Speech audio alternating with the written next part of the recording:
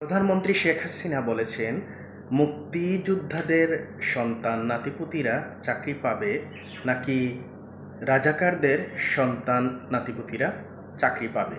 তো এই বক্তব্যের প্রেক্ষিতে সাধারণ শিক্ষার্থীরা স্লোগান বের করেছে, তুই কে রাজাকার, আমি কে রাজাকার। কে বলেছে? কে বলেছে? শেখ হাসিনা সরকার। দেখুন, এখানে প্রধানমন্ত্রী কিন্তু ছাত্রদেরকে উস্কে দিচ্ছেন।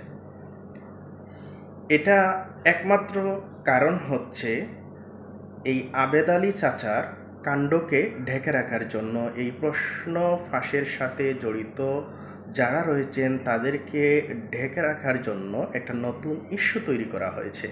এদেশে প্রতিনিয়ত একটা ইস্যুকে, একটা ভাইরাল ইস্যুকে দমিয়ে রাখার জন্য আরেকটা ইস্যু ক্রিয়েট করা হয়।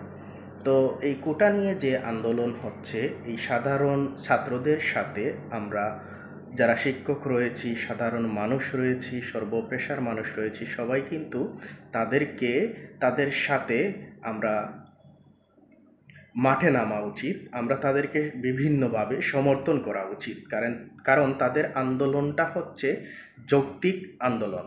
দেখা গেল এখানে যে কোটা আন্দোলনটা হচ্ছে, আপনি চিন্তা করে দেখেন, কিছু কিছু ক্ষেত্রে এই কোটা আন্দোলনের সাথে সাথে কিন্তু প্রতিষ্ঠান থেকে ছাত্রলীগ নামক যে ছাত্র সংগঠন রয়েছে এদেরকে চিরতরে নির্মূল করা উচিত। কারণ প্রতিষ্ঠানে ছাত্রলীগ নামে কোনো সংগঠনের প্রয়োজন নেই।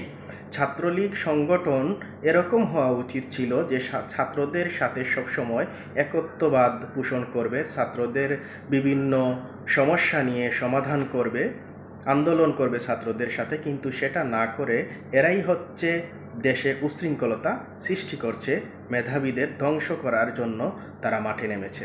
তো ছাত্রলীগ প্রথমত, এই যতগুলো শিক্ষা প্রতিষ্ঠানে ছাত্রলীগ আছে তাদেরকে আগে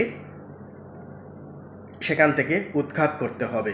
ছাত্রলীগ নামে কোনো সংগঠন এই বাংলাদেশে থাকার কোনো দরকার নেই। কারণ আপনি একটা প্রতিষ্ঠান দেখান যে প্রতিষ্ঠানে ছাত্রলীগ একটা ভালো কাজ করেছে। এই পুরো বাংলাদেশে যতটা শিক্ষা প্রতিষ্ঠান আছে প্রতিটা শিক্ষা প্রতিষ্ঠানে নৈরাজ্য সৃষ্টি করছে একমাত্র ছাত্রলীগ। সব জায়গায় কিন্তু যত জায়গায় ছাত্রলীগ আছে সব জায়গায় নৈরাজ্য সৃষ্টি হচ্ছে এবং ছাত্ররা নিরাপদে নেই। ছাত্র রাজনীতি বাংলাদেশে কাম্য নয়। আপনার সন্তান, আপনার আত্মীয় স্বজন কেউ যদি ছাত্রলীগ করে তাকে আপনারা আটকান, ছাত্রলীগ থেকে বের হয়ে আসতে বলুন। একজন সুস্থ মস্তিষ্কের মানুষ কখনো ছাত্রলীগ করতে পারে না। সুস্থ মস্তিষ্কের মানুষ কখনোই ছাত্রদের বিরুদ্ধে কথা বলতে পারে না। সব সময় আপনি ছাত্রদের পাশে থাকবেন, ছাত্রদের বিভিন্ন আন্দোলনে তাদের সাথে জড়িত থাকবেন।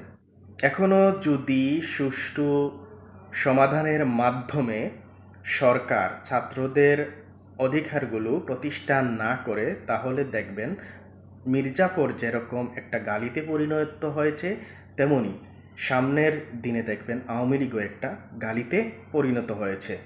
মানুষ সরাসরি বলবে, এই তুই মানুষ নাকি আওয়ামী লীগ।